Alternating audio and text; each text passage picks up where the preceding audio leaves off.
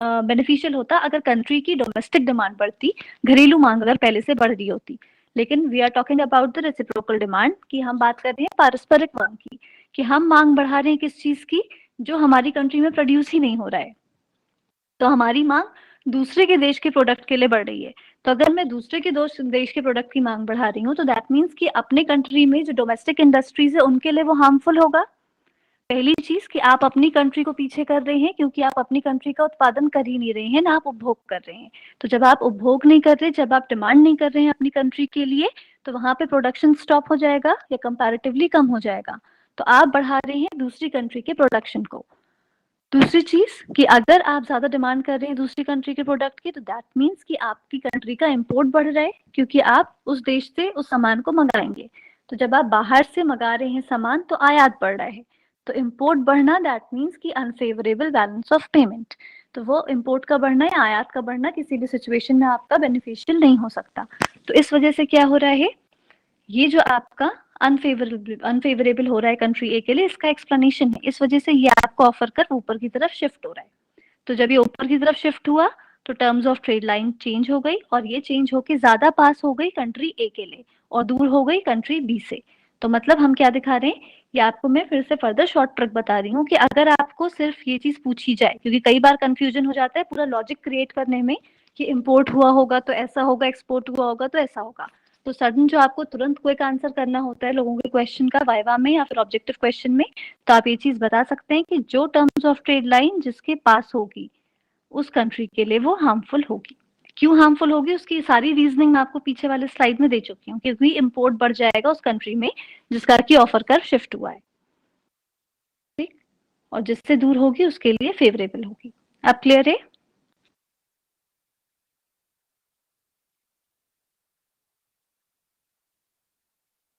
Sanjay, clear है आपका doubt?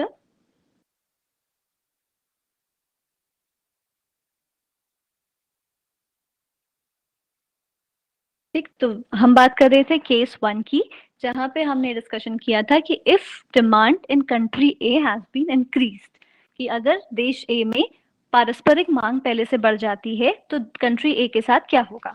तो वो हमने अभी देखा कि कंट्री ए के लिए हार्मफुल होगा, अनफेवरेबल होगा, क्योंकि टर्म्स ऑफ ट्रेड लाइन उसके पास पहुंच जाएगी। अब हम केस 2 की अगर बात करें, केस 2 आप क्या कह रहे हैं, if demand of x commodity is increased in country B। अब हम बात कर रहे हैं कि अगर X कमोडिटी की मांग कंट्री बी में पहले से बढ़ जाती है, तो प्रोवाइडेड दैट कि कंट्री बी एक्स कमोडिटी को इंपोर्ट करती है, वो क्या नहीं कर रही, इसका प्रोडक्शन अपने यहाँ नहीं कर रही। इस केस में जब आप ऑफर कर्व बनाते हैं, तो ये आपका एक्स गुड को शो करेगा, या आपका वाई गुड को शो करेगा। दो ऑफर कर्व आपने बनाए,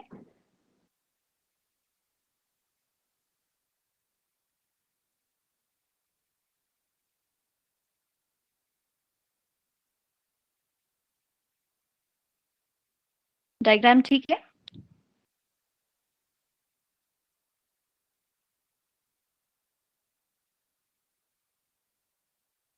डायग्राम देखिए, डायग्राम ठीक है?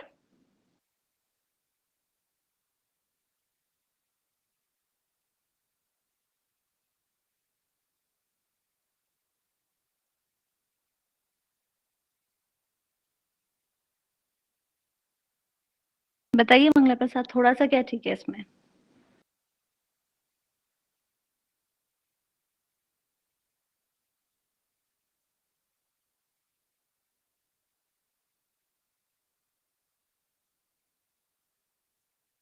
जो लोग कह रहे हैं थोड़ा सा ठीक है, जो गुड लिख रहे हैं, जरा बताएंगे मुझको क्या ठीक है इसमें, जिनको गलती नहीं दिख रही है?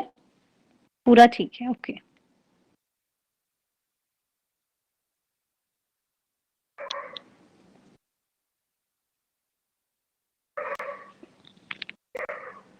जी, जो स्टूडेंट्स कह रहे हैं ठीक नहीं है, एक्चुअली वो बच्चे अटेंटिव होकर क्लास कर रहे हैं, क्योंकि मैंने जानबूझ से गलत डायग्राम बनाया आपका अटेंशन को कैप्चर करने के लिए। तो जो मुझे बता रहे हैं बिल्कुल ठीक है या अच्छा है बुरा है, वो जरा ध्यान से देखो कि प्रॉब्लम कहाँ है। जहाँ कंट्री ए लिखा है वो एक्चुअली कंट्री बी होना चाहिए, जो कंट्री बी है वो कंट्री ए होना चाहिए, क्योंकि आपसे क्या बोला गया है, यही बोला गया है कि जो कंट्री का ऑफर कर्व ऊपर से आ रहा है उसके लिए एक्सपोर्टेबल कमोडिटी एक्स एक्सिस की होगी। तो अगर ये डायग्राम सही होता तो इन दैट केस आपको ये बोलना पड़ता कि कंट्री बी के लिए एक्सपोर्टेबल कमोडिटी एक्स गुड है।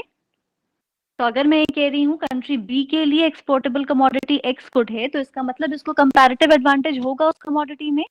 तुलनात्मक लाभ अगर एक्स गुड में हो रहा है कंट्री बी को, तो फिर मतलब ये अपने देश में उसको ज्यादा से ज्यादा प्रोड्यूस कर सकती है। तो अगर ये केस लेके मैं चल रही हूँ कि कंट्री बी में एक्स गुड की मांग बढ़ रही है, तो इसका मतलब ये तो डोमेस्टिक डिमांड की बात हो रही है ना, रेसिप्रोकल डिमांड की बात ही नहीं हो रही है फिर तो इसलिए ये डायग्राम आपका गलत है। और गलत क्यों है? क्योंकि आपने मतलब मैंने जो ड्रॉ किया है वो क्या किया है, ए और बी की पोजीशन को चेंज किया है। ये चीज ध्यान रखिएगा, ये बहुत छोटी छोटी चीजें हैं बट आप सब आपका पूरा डायग्राम ये डिस्कस करती हैं, इसी के बेसिस पे आपको मार्क्स मिलते हैं। तो इसलिए ध्यान रखिएगा, आप जो भी डायग्राम बना रहे हैं उस डायग्राम में अगर आपने ऊपर वाला डायग्राम, कि जो मेरा केस है इसमें यहाँ पर ए को होना है, ये कंट्री ए को शो कर रहा है और ये कंट्री बी को शो कर रहा है। क्लियर है जो चीज मैं समझाना चाह रही थी? ये पॉइंट आप लोगों को समझ में आया?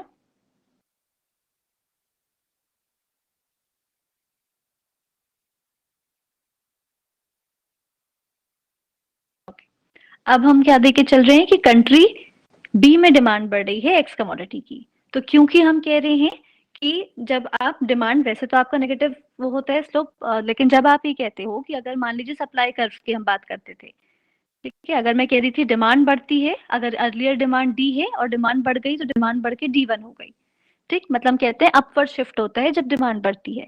अगर कोई कर्व ऐसे स्लोप का होता है लाइक सप्लाई कर्व, ठीक है, एक बारी को याद करिए आप, सप्लाई कर्व का अगर कोई इस स्लोप का होता है और हम कहते हैं सप्लाई बढ़ गई, तो सप्लाई ऊपर की तरफ खिसकती है या नीचे की तरफ, राइटवर्ड शिफ्ट होगा या लेफ्टवर्ड?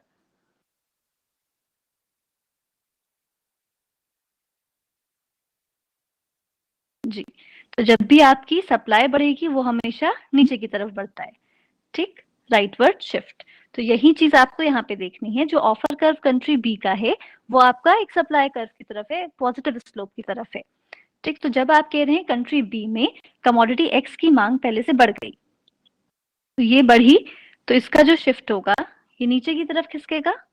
तो नया ऑफर कर्व आपका मान लीजिए सपोज ये B1 हो गया, ठीक है, और पुराना वाला आपका ऑफर कर्व कंट्री ए में कोई चेंज नहीं आया, वो आपका पुराना ये ए वाला ही ऑफर कर्व है।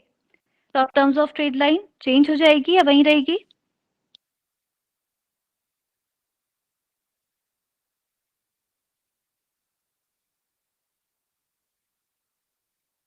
किसी भी एक कंट्री का अगर ऑफर कर्व में चेंज आया, प्रस्ताव वक्र में चेंज आया, then it will lead to change in exchange rate और टर्म्स ऑफ ट्रेड लाइन। तो मतलब हमने अब नई टर्म्स ऑफ ट्रेड लाइन कहाँ से बनानी है, जो नया ऑफर कर्व और पुराने ऑफर कर्व को इंटरसेक्ट करे। तो नया ऑफर कर्व कंट्री बी में हमें मिला, क्योंकि कंट्री बी में एक्स कमोडिटी की मांग बढ़ गई थी, तो इसलिए हमें नया ऑफर कर्व मिला था ये B1, और पुराना ऑफर कर्व A1, ये यहाँ पे एक दूसरे को काट रहे हैं ये पॉइंट, ठीक। इस पॉइंट से अब आप जब टर्म्स ऑफ ट्रेड लाइन बनाएंगे,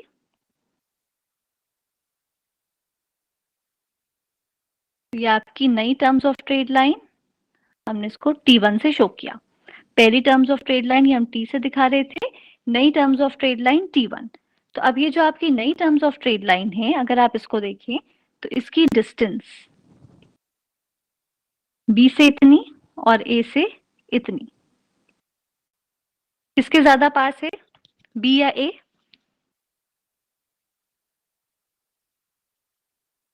कंट्री बी के। तो ये किसके लिए हार्मफुल होगी?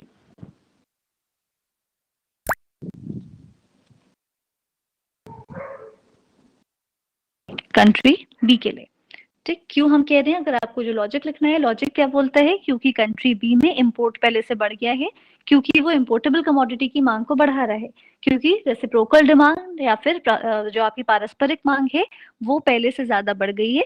इस वजह से आप कह रहे हैं कि इसकी यहाँ पर कंट्री बी में आयात बढ़ेगा, कंट्री बी में इंपोर्ट पहले से ज्यादा हो जाएगा।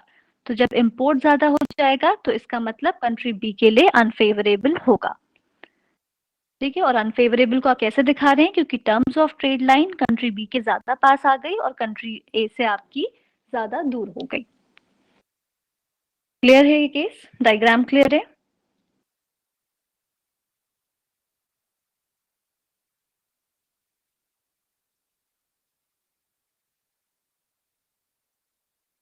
Is there any doubt class?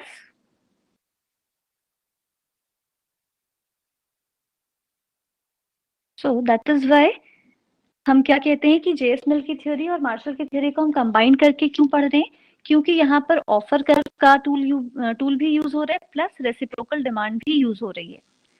ठीक है, आप पारस्परिक मांग की भी बात कर रहे हैं। एक्स गुड के बाद मैंने यहाँ पे कुछ नहीं लिखा है युक्ति, एक्स गुड ही लिखा है एक्स एक्सिस पे।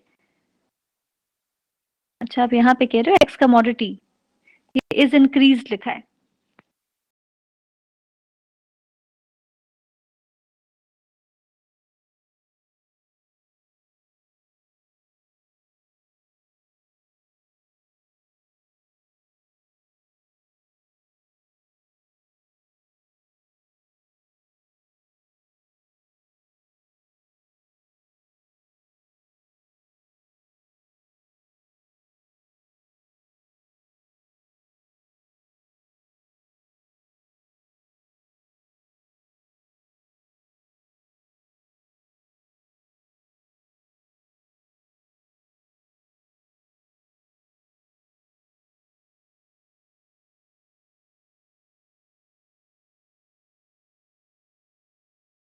आप लोग एक बार रीड करिएगा फिर से, नेक्स्ट क्लास में हम इसके क्वेश्चंस को थोड़ा पुट अप कर लेंगे जहां पे आपको डाउट है, और फिर हम नेक्स्ट थ्योरी स्टार्ट करेंगे न्यू क्लासिकल की।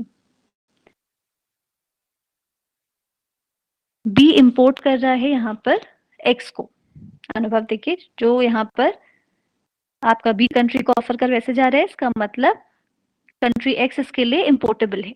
किसी एक कंट्री पे आप कमांड कर लीजिए, दूसरी को ऑटोमेटिकली आपको क्लियर हो जाएगा। और आप लोग बुक से पढ़िए, नेक्स्ट क्लास में इसको डिस्कस करेंगे फिर। X is importable for country B, incomplete statement मत लिखिए, कंट्री स्पेसिफिक आपको लिखना पड़ेगा, कौन सी कंट्री के लिए कौन सी कमोडिटी एक्सपोर्टेबल और इम्पोर्टेबल। So for country B, X is importable, and for country A, X is exportable. Thank you, class.